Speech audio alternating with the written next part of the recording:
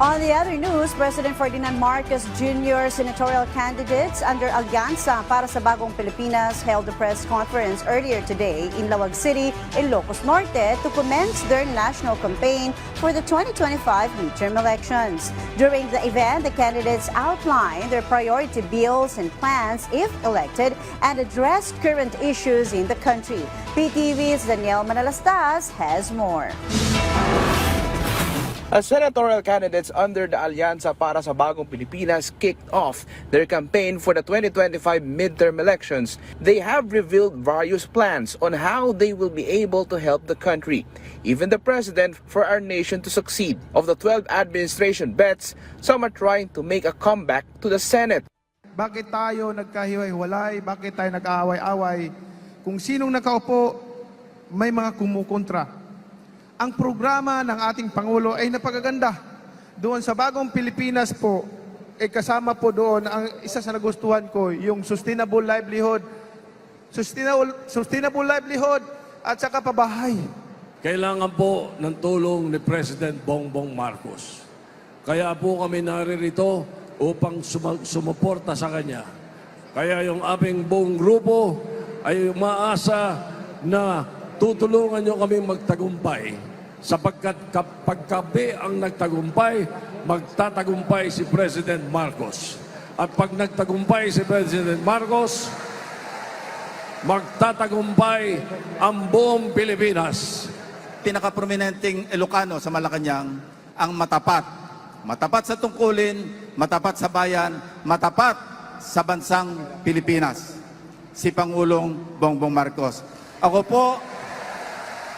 po, kung sakaling bibigyan ng pagkakataon, ay tutulong, magiging katuwang ng Pangulong Marcos. While others are trying their luck to be re-elected, while some highlighted their achievements over the past years serving as a senator. Naaalala ko pa nung isang taon, may nabanggang barko ng mga mangingisda. Isang malaking barko ng China ang nakabangga. Subalit, napagtulong-tulungan na rin namin at si Senator Tolentino po ang chairman ng committee, pinasa natin yung pinakamahirap na batas, yung Philippine Maritime Zones Law. Marcos idi, Marcos ita, Marcos lata. Ket gaputa may saklaing a kandidato nga Ilocano.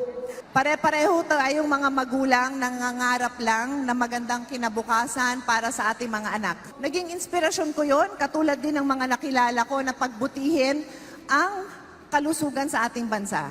Nagkalintik-lintik ako noon. Pero ganun pa man, ang inyong lingkod ay bumangon. Grabing paggigiba, pero kahit na paano pang giba ang gawin nila, hindi tayo sumuko sa laban. Dahil ang aking paninindigan ay para sa bayan. Nandito po si Supremo sa harap nyo ngayon para magserbisyo. Others are first-timers who will try to make a difference by coming up with the new programs for the welfare of Filipinos. They also enumerated some of their key plans once elected. Naging DILG Secretary tayo, eto na. Ang assignment ko, hulihin at tugisin, isa-isa. Number 1, si Congressman Arnie Teves. Sumunod si Alice Goo. At ang pinakahuli, si Pastor Apollo Tibuloy. Mga kasama, hindi lamang galing at husay ang kailangan. Kung kailangan tumayo mag-isa, tumayo ka. At kailangan mong tapang na gumawa ng desisyon. At higit sa lahat, ang pusong magmahal sa kapwa-tao. Daycare pa lang, tutukan na natin yung mga anak natin na pagdating ng grade 3, grade 4, magaling nang magbasa, marunong nang magbilang. Sa darating po na Mayo, pahintulutan po ninyo ang inyong lingkod na samahan ko po kayo sa laban na ito. Tumutugon po tayo sa mga problema. Nariyan po tayo para tulungan ang mga biktima ng baha, ng bagyo, ng lindol, mga senior citizen, mga PWDs.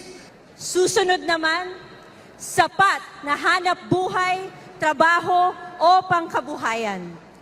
Pero dapat po, hindi lang po mananatiling pangarap yan.